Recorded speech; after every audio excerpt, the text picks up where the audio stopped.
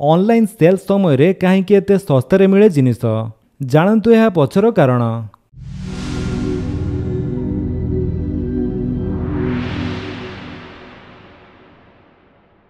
आजिकाली online shopping लोकों प्रथम पसंद पलटिछि।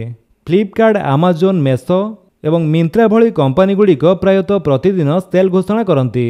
प्रत्येक जिनिस 50% रु 80% पर्यंत डिस्काउंट दियंती।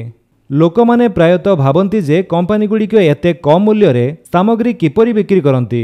एही ऑफर गुड़िक कौन प्रकृत रे ठीक ना या पछरे कौनसी निर्दिष्ट रणनीति अछि। तेबे आसंतु ऑनलाइन प्लेटफॉर्म रे एते कम मूल्य रे सामग्री उपलब्ध हेबार मुख्य कारण गुड़िक विषय जानिबा। साधारणतः ई कॉमर्स कंपनी गुड़िक सीधासलख निर्माता एवं ब्रांड गुड़िक ठारू बहु परिमाण रे सामग्री किनिथांती। बहु परिमाण रे किनिबा जोगो यह प्रोडक्टर मूल्य को यथेष्ट परिमाण रे कम करिथाए। एहा व्यतीत जेतेबेले एक नूतन मॉडल प्रोडक्ट लॉन्च हुए कंपनी गुड़िक पुराना स्टॉक शीघ्र बिक्री करिया पई भारी डिस्काउंट प्रदान करती। सेही भली ऑफलाइन स्टोर गुड़िक दुकान भड़ा, कर्मचारी दरमा एवं विद्युत एवं पानी भली अनेक खर्च बहन करने को पड़ी थाए। अन्य पक्षरे ऑनलाइन प्लेटफॉर्म गुड़िक केवल गोदाम एवं डेलीवरी नेटवर्क परिचालना करने को पड़ी थाए। यह सेमानंको ग्राहक मानंको सस्ता प्रोडक्ट देबारे अधिक सुযোଗ प्रदान करे। कंपनी गुड़िक प्रायतः सेमानंकर वेबसाइट किंबा आप प्रति अधिक ग्राहकों को आकर्षित करने पई बड़ डिस्काउंट प्रदान करती। यह एक मार्केटिंग स्ट्रैटेजी।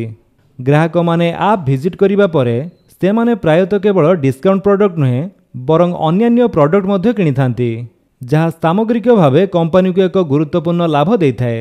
सेही भली पार्वण ऋतु रे प्रायतः लोक अधिक शॉपिंग करिथांती। तेणु एही समय रे कंपनी गुड़िक बड़ सेल आरंभ करी एही सुযোଗର फायदा उठांती। Flash sale, limited time offer एवं बिग बिलियन डे भली नाम सुनिले ही ग्राहक माने तुरंत जिनिस किनिबा को उत्साहित हो जाती। यह एक एभली मनस्तात्विक कौशल जहाँ ग्राहक मानंको एपरी अनुभव कराए जे सेमाने एही सुযোଗ हराई पारंती। सेही भली ऑनलाइन कंपनी गुड़िक केवल प्रोडक्ट बिक्री पाई नुहे बरं ग्राहकों डाटा संग्रह पाई मध्य सेल रो व्यवहार करती। जेतेबेले अधिक लोक डिस्काउंट देखिबा परे अकाउंट क्रिएट करती, जो समय कंपनी गुड़िक सेमानकर ईमेल ठिकाना एवं शॉपिंग पैटर्न परी सूचना पाई थांती, जहाको से माने मार्केटिंग उद्देश्य रे व्यवहार करती। बेले बेले एक प्रोडक्टर प्रकृत मूल्य बढ़ाई यह परे भारी डिस्काउंट मिलता है। आउ ग्राहक माने भाबंती जे से माने बहुत सस्ता रे प्रोडक्ट पाउछंती, किंतु वास्तव रे एहार मूल्य सेतिकी ही कम थाए। एही ट्रिक ई कॉमर्स क्षेत्र रे खूब साधारण। तेबे ऑनलाइन सेल समय रे दिया जाउथिबा डिस्काउंट सब बेले ठकामी हुए नाही, बरं यह स्मार्ट स्ट्रैटेजी एवं व्यावसायिक मॉडल द्वारा चलित। केतेबेले कंपनी गुड़िक पुराना स्टॉक क्लियर करंती तो केतेबेले मार्केटिंग उद्देश्य रे मूल्य ह्रास करंती, आउ केतेबेले ग्राहकों को आकर्षित करिबा पई डिस्काउंट रो भ्रम सृष्टि करंती।